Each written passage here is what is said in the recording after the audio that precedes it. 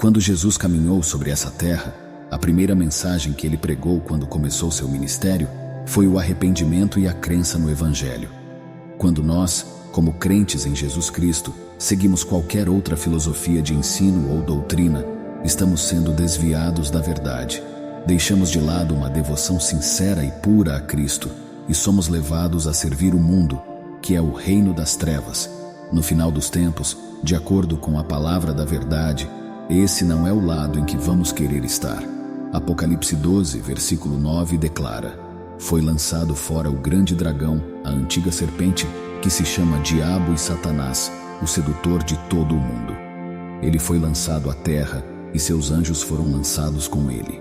A palavra e a verdade de Deus prevalecerão. Nenhuma outra filosofia de ensino ou doutrina será capaz de superar o que Deus declarou como certo.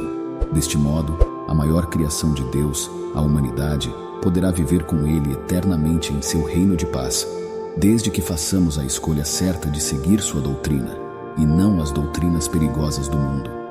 Agora, essa mesma Bíblia, que contém todas essas escrituras que foram inspiradas por Deus, também esclarece em 1 Timóteo capítulo 4, versículo 1, dizendo: mas o Espírito expressamente diz que nos últimos tempos apostatarão alguns da fé, dando ouvidos a espíritos enganadores e a doutrinas de demônios. Portanto, as pessoas terão a pureza da verdade de Deus à disposição, mas haverá alguns que escolherão se ligar a informações provenientes de fontes relacionadas à atividade demoníaca. Isso é o que a Bíblia quer dizer quando diz que alguns se dedicarão ao ensino dos demônios. Pense nisso. Até mesmo a Bíblia ensina que o próprio diabo é o governante do mundo em que vivemos. João 8, verso 44, explica que o diabo desde o princípio não tem nada a ver com a verdade, pois não há verdade nele. Quando mente, fala do que lhe é próprio, pois é mentiroso e pai da mentira. No entanto, a sociedade em muitos casos escolheu seguir princípios associados ao ensino de demônios, em vez de aderir à fonte que sabemos ser a verdade, a palavra de Deus. Vamos esclarecer algo. Os demônios não são necessariamente o que muitos pensam. Eles não estão necessariamente ligados ao mal aberto, mas sim a um mal sutil e enganador. As doutrinas dos demônios dirão coisas como: você pode pecar o quanto quiser, pois a graça de Deus é ilimitada e sua misericórdia dura para sempre. As doutrinas dos demônios o incentivarão a viver para si mesmo, cuidar de si mesmo e acumular riqueza. No entanto, nesses exemplos, há apenas um pouco de verdade misturada com mentiras.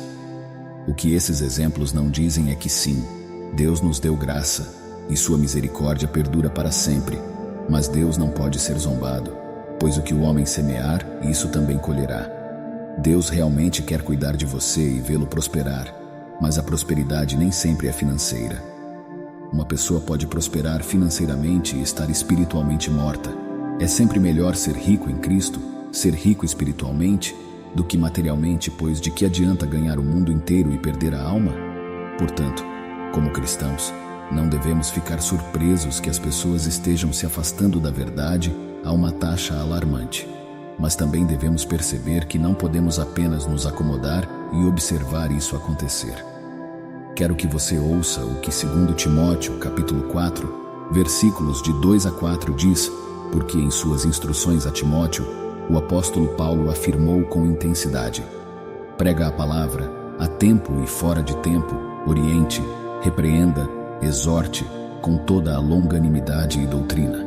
Porque virá um tempo em que não suportarão a sã doutrina, mas tendo comichão nos ouvidos, amontoarão para si doutores conforme as suas próprias concupiscências, e desviarão os ouvidos da verdade, voltando às fábulas. Paulo precisava que seu filho na fé entendesse que sua responsabilidade era permanecer firme na palavra de Deus, porque ela é a verdade.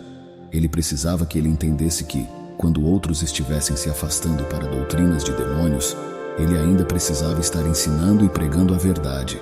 Ele precisava que Timóteo entendesse que, quando as pessoas começassem a procurar professores que se adequassem aos seus sentimentos e evitassem a verdade, ele precisava continuar a dar o que precisavam e não o que queriam. Paulo precisava que Timóteo entendesse que, não importa como as coisas parecessem ao seu redor, ele simplesmente deveria continuar nas palavras e doutrinas que lhe foram instruídas, e não nas doutrinas que estavam desviando as pessoas. Paulo sabia que havia apenas uma verdade, e ele também sabia que seu inimigo, o diabo, queria perverter essa verdade para manter as pessoas longe de um relacionamento correto com Deus. Jesus Cristo disse: "Eu sou o caminho, a verdade e a vida. Ninguém vem ao Pai senão por mim." Esta é a verdade que precisamos manter. A salvação só pode ser encontrada em Jesus Cristo, e não há outro nome debaixo do céu que possa trazer salvação à humanidade. Só há um Deus e um único mediador entre Deus e os homens, e seu nome é Jesus Cristo. É interessante que a Bíblia use as palavras "preste atenção". Prestar atenção é dar uma atenção especial, é adicionar um nível extra de consideração do que você normalmente faria. Vejam o que diz as Escrituras no livro de Marcos, capítulo 13, versículos 28 a 33. "Aprendei, pois, a parábola da figueira. Quando já os seus ramos se tornam tenros e brotam folhas, sabeis que está próximo o verão. Assim também vós, quando virdes acontecerem essas coisas, sabei que ele está próximo, mesmo às portas. Em verdade vos digo que não passará esta geração até que todas essas coisas aconteçam. Passará o céu e a terra, mas as minhas palavras não hão de passar. Quanto, porém, ao dia e à hora, ninguém sabe, nem os anjos do céu, nem o Filho, senão exclusivamente o Pai. Cuidai, vigiai e orai, porque não sabeis quando chegará o tempo." Devemos prestar atenção quanto à volta de Jesus. A Bíblia diz: "Cuidai, vigiai e orai." Cuidar, vigiar e orar. Amados, reflitam no seguinte: vocês estão vigiando? Vocês estão orando? Vocês estão observando que a Bíblia diz que nos últimos dias virão tempos difíceis. A palavra difíceis significa cheios de perigo ou risco, o que significa que devemos estar observando os dias em que há perigo neste mundo. Perigo para a nossa saúde como seres humanos, perigo ou risco para a economia, perigo ou risco para a própria natureza. Tempos difíceis virão e, em contexto com as nossas duas palavras-chave, devemos prestar atenção. Essa parábola dada por Jesus serve como um aviso para todos nós. Sua volta está próxima, e a mensagem para você hoje é que preste muita atenção, porque em 2 Timóteo, capítulo 4, diz que virá um tempo em que alguns não suportarão mais o ensino sólido, não suportarão mais o ensino piedoso. Eles não conseguirão mais ouvir o puro evangelho de Jesus Cristo, o puro, não diluído e não adulterado evangelho da verdade, um evangelho que prega o arrependimento.